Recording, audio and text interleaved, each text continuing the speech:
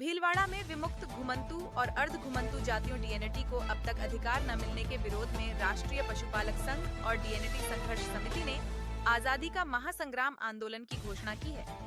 समिति के संरक्षक रतनलाल कालबेलिया और अध्यक्ष लाल सिंह रायका ने बताया कि 7 नवंबर को राजस्थान के पाली जिले के बालराई गांव दिल्ली मुंबई हाईवे पर लाखों लोग जुटेंगे। आंदोलन की तैयारी के लिए 16 से 23 सितंबर तक अधिकार यात्रा निकाली जाएगी, जो भीलवाड़ा, ब्यावर, सोजत, पाली, जालोर, उदयपुर, बांसवाड़ा, प्रतापगढ़ और राजसमंद जिलों से गुजरेगी।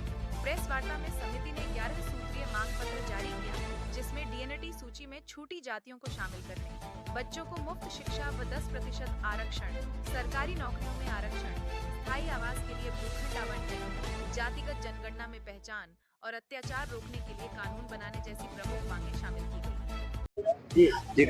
क्या है?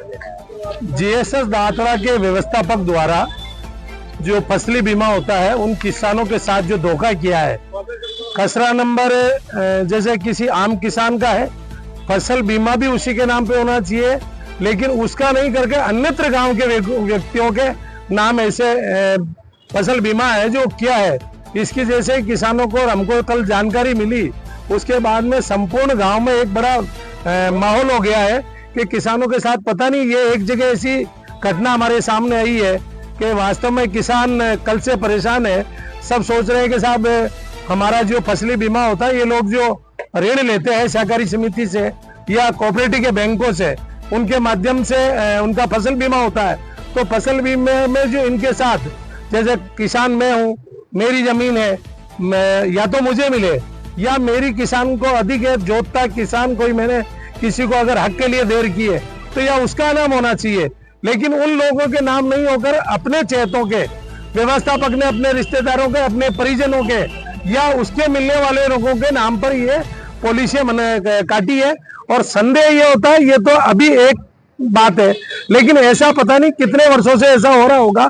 ये जैसे ही जानकारी में आया है, हम सभी किसान भाई, जिला कलेक्टर महोदय को भी हमने अपना ज्ञापन दिया है और हमने मांग की है कि इस संपूर्ण प्रकरण की जांच कराकर हम किसानों को, जितने भी किसानों के साथ जो धोखा हुआ है, उन किसानों को न्याय मिले। और अगर जिले में इस तरीके का कहीं और भी हो रहा है, ये तो एक जगह का विषय है, लेकिन पता नहीं कहाँ कहाँ किन किन सहकारी समितियों में ऐसा हो रहा होगा, क्योंकि किसान पढ़ा लिखा नहीं होता ज्यादा।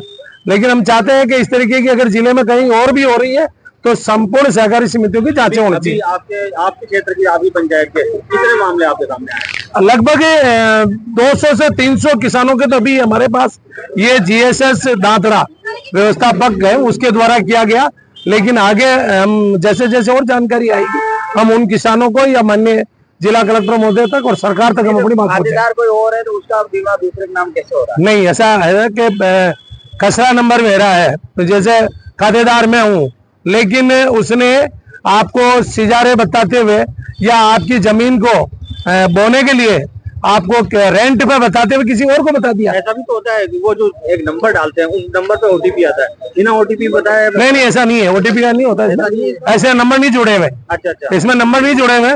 फिर दूसरा होता है, जब भी किसान ज्यादातर जाता है नया पुराना कराने के लिए या अपने पैसे को वापस नया पुराना करने के लिए, तो ज्यादातर किसान जाते हैं, उनसे फिंगर अंगूठा करवा लिया, भेज दिया, आज नहीं कल वापस आ जाना, चले जाते हैं, हमने आपको नया पुराना कर दिया, चले जाइए। कितना अमाउंट मानते हैं? इसका अनुमान अभी कुछ नहीं है, लेकिन ये जो राशि है करोड़ों में जाएगी।